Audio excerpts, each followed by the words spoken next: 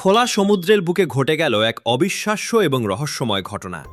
বড় একটি মাছ বড়শিতে আটকে যখন ওপরে তোলা হচ্ছিল, ঠিক তখনই পানির নিচ থেকে এক অদৃশ্য দানব এসে সেটির অর্ধেক অংশ কামড়ে ছিঁড়ে নিয়ে যায়। রক্তে ভেসে যায় চারপাশ। এত বড় মাছকে এক কামড়ে এভাবে টুকরো করে ফেলা কোনো জলদানবের কাজ? রহস্য উন্মোচন করতে ক্যাপ্টেন তৎক্ষণাৎ একটি বড় মাছ কেটে তার অর্ধেক অংশ টোপ হিসেবে সমুদ্রে ফেলে দেন। বড় টোপটি পানির গভীরে নামতেই নিচ থেকে শুরু হয় প্রচণ্ড তোলপাড়। মুহূর্তের মধ্যে টোপটি গিলে নেয় পানির নিচের সেই বিশাল রহস্যময় প্রাণী। সাথে সাথে সুঠাম দেহের এক মাছ শিকারী দুই হাতে বড়শির ছিপ শক্ত করে চেপে ধরেন। শুরু হয় মানুষের সাথে সমুদ্রের দানবের জীবনপণ যুদ্ধ।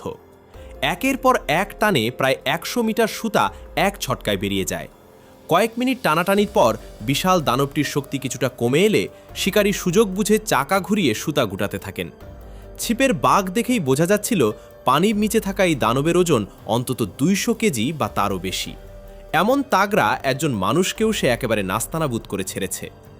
একটানা লড়ে শিকারী যখন ক্লান্ত হয়ে পড়েন, তখন পাশে থাকা অন্য এক সঙ্গী দ্রুত বড়শির ছিপটি নিজের হাতে তুলে নেন।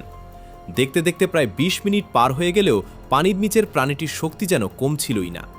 বড়শির মাথা বারবার পানির দিকে টেনে নিচ্ছিল সে। ঠিক তখনই ঘটল চরম বিপর্যয়।